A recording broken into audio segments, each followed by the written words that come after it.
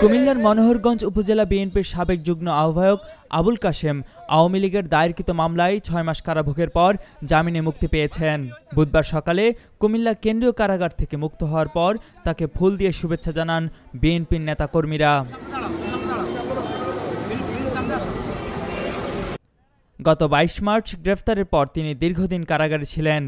চলতি মাসের ৪ September high court থেকে জামিন পাওয়ার পর অবশেষে মুক্তি পেলেন।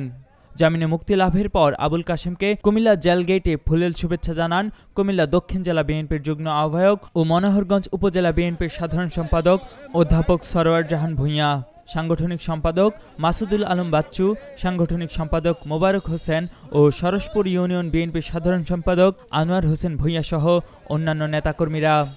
স্থানীয় নেতারা বলছেন, এটি একটি ষড়যন্ত্রমূলক মামলা।